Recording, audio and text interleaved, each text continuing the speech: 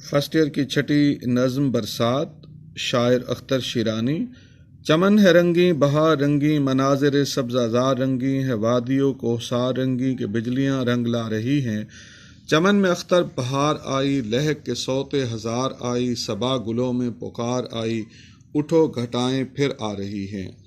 تشریح طلب اشعار میں رنگینی برسات کی منظر کشی کی گئی ہے۔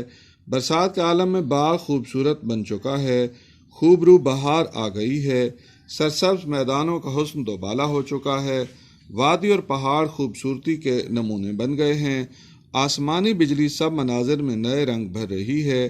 برسات میں بہار کا سماں دیکھ کر بلبل چہچہانے لگا، صبح کی خوشبودار ہوا پکاری، اٹھو جاگو گھٹائیں پھر آ رہی ہیں، لو گھٹا وہ افق پہ چھانے لگی، بجلی چھپ چھپ کے مسکرانے لگی۔ برسات میں ابر برسا ہے، بارش کے پانی سے باغ میں موجود ہر وجود دھل کر شفاف ہو گیا ہے۔ پھولدار پودوں کی شاخیں یوں نظر آنے لگی ہیں جیسے بہار کی تر و تازگی ساتھ لائی ہوں، کلیاں کھل اٹھی ہیں، سبزہ زاروں پر پڑی دھول غائب ہو چکی ہے، پہاڑ اپنی چوٹیوں سے دامن تک پانی میں نہائے ہوئے ہیں، وادیاں بھی حسین و جمیل بن چکی ہیں، آسمانی بجلی کی چمک دمک سے ہر مقام اور زیادہ خوبصورتی ظاہر کر رہا ہے، پودے ہوں کے پتے دھل گئے ہیں اور غنچوں کے منہ بھی کھل گئے ہیں۔ نظم کے آخری شعر میں تخلص اختر استعمال کیا گیا ہے۔